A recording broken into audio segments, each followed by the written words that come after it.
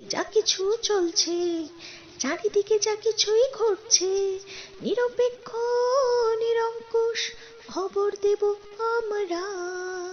লাল মাটির বাঁকুড়া, খবরের খোঁজে মানুষের পাশে দিনরাত বাঁকুড়া, বাঁকুড়া টিভি।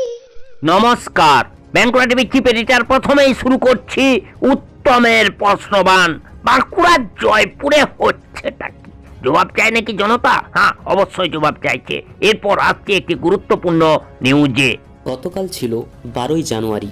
স্বামী বিবেকানন্দ, যিনি কিনা যুগপুরুষ, যুগনায়ক এবং যুবকদের আদর্শ হিসেবেই তিনি সকলের কাছে শ্রদ্ধেয় এবং পরিগণিত হন, তার জন্মদিন। এই 12ই জানুয়ারি 1863 সালে তিনি সিমলার দত্ত পরিবারে জন্মগ্রহণ করেন।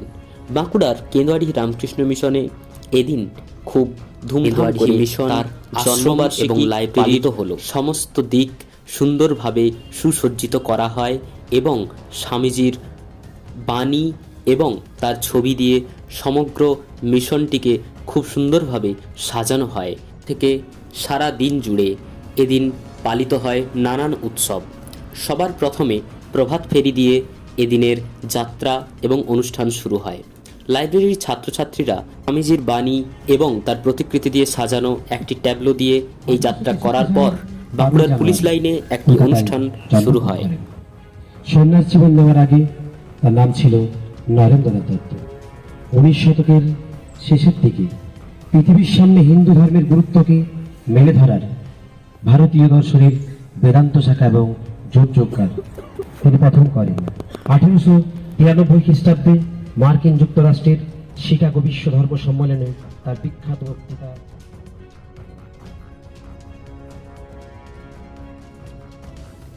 বাঁকুড়া জেলা পুলিশের এসপি শ্রী বৈভব তেওয়ারি 12ই জানুয়ারি নিয়ে দু চার কথা বলেন। কৃতিত্ব তাকে দেওয়া যায়। নিজের জীবদ্দশায় গুরু শ্রীরামকৃষ্ণের বাণী ছড়িয়ে দিতে রামকৃষ্ণ মঠ ও রামকৃষ্ণ জানাই। আজকে আমরা এখানে এই ছোট অনুষ্ঠান করে আমরা স্বামীজিকে সম্মান দিলাম, প্রণাম জানালাম। আমরা প্রতি বছরই এখানে বাঁকুড়া পুলিশ লাইনে এরকম একটা প্রোগ্রাম করি। আজকে অনেক জায়গায় হচ্ছে। আমরা সকলেই স্বামীজি সম্পর্কে অনেক কিছু জানি, অনেকেই জানি না।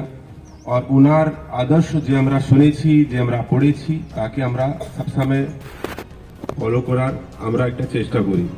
সেই একইভাবে আমরা পুলিশেও আমরা লাগাতার চেষ্টা করি। আমরা অনেকই সাধু অভিজ্ঞ লোক আমাদের দেশে আছে।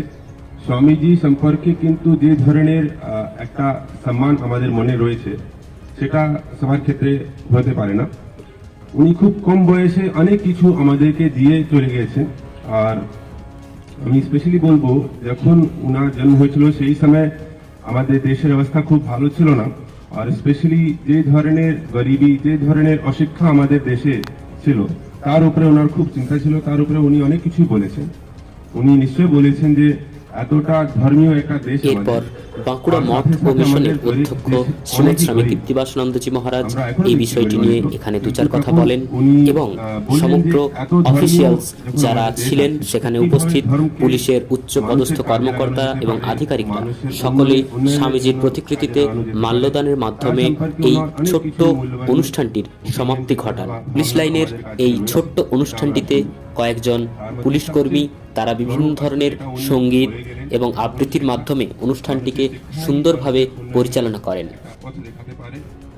পর আমরা এই অনুষ্ঠানে একজন পুলিশ আধিকারিকের কণ্ঠে একটি সুন্দর স্বামীজির গান শুনতে পাই।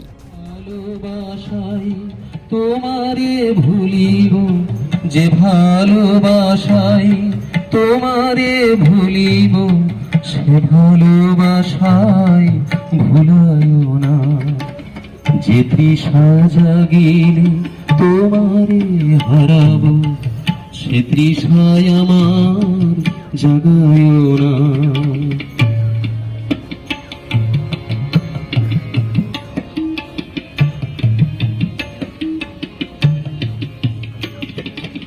জেগে নির্দীপ তোমারে লুকাই, সেগে নির্দীপ জ্বালায়ও না। জেগে নির্দীপ তোমারে লুকাই, সে জ্ঞানের দীপ জ্বালায় না।